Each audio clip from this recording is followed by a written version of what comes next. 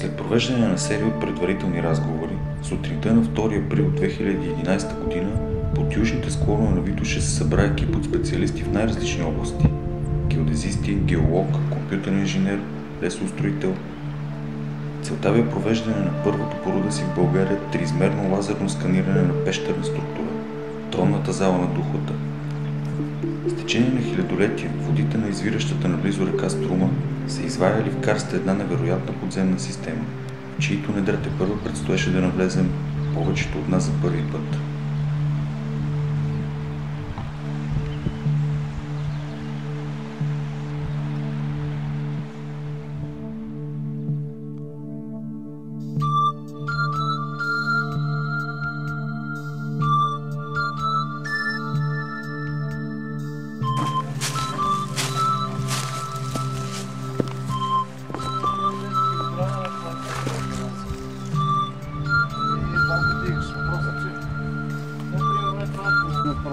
Много години аз знам мини Перник, колко така без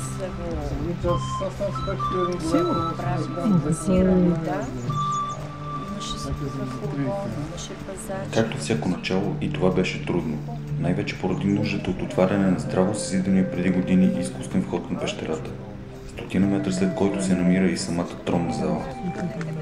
Сцената на много труд, с чукове, лета, бормашина и капси взрив, бе пробит отвор, достатъчен за преминаване на хора и инструменти, чието иначе достъп до залата през естествените входове на пещерата би бил абсолютно невъзможен.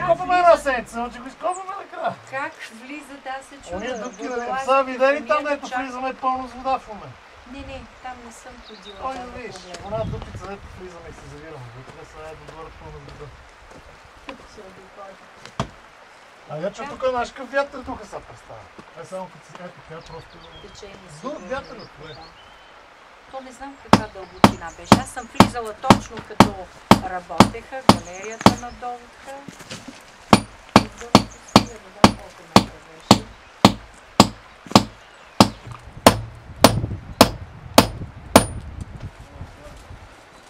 Това как се откачи цялото паве. Трябва само видим как ще го извадим.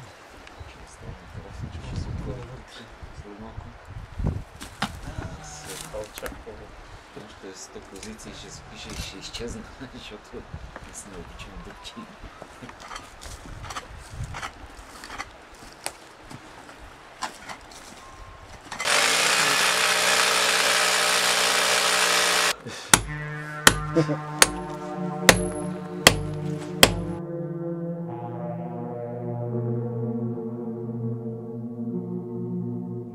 Изходната геодезическа основа, необходима за привързване на резултатите от сканирането към действащата в момента българска геодезическа система 2005, се извърши на базата на три новоизградени опорни точки, разположени близо до входа на пещерата.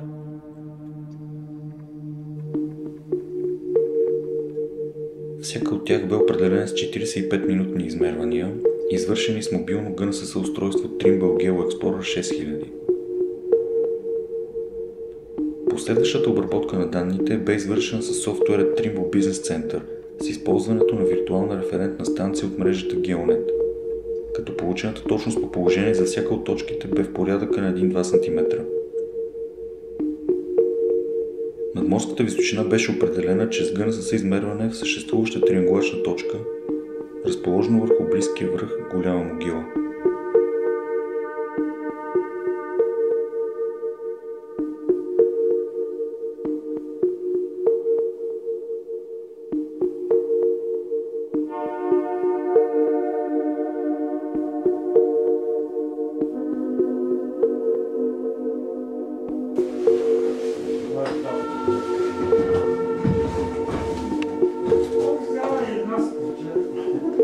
Пускай се там, бе. Къде си? Как не горе, бе? Там към тебе. Ще ви чакам, ми каза. От другата страна не мога качим, че с въжета се качва. Не, вие не имате ли въже? И не имаме откъде да имаме. След близо 5-часово разбиване на зазидания вход на пещерата, проучвателният екип, съставен от 3 геодезисти и хидрогеолог, започна пренасене на оборудването през галериите на пещерата към тронната зала. Превеждането им през сложния лабиринт на пещерата бе осъществено от опитния спелеолог Атанас Русев, ръководил през декември 2010 успешно завършилата операция по спасяването на 7 блокирани в галериите и пещерняци.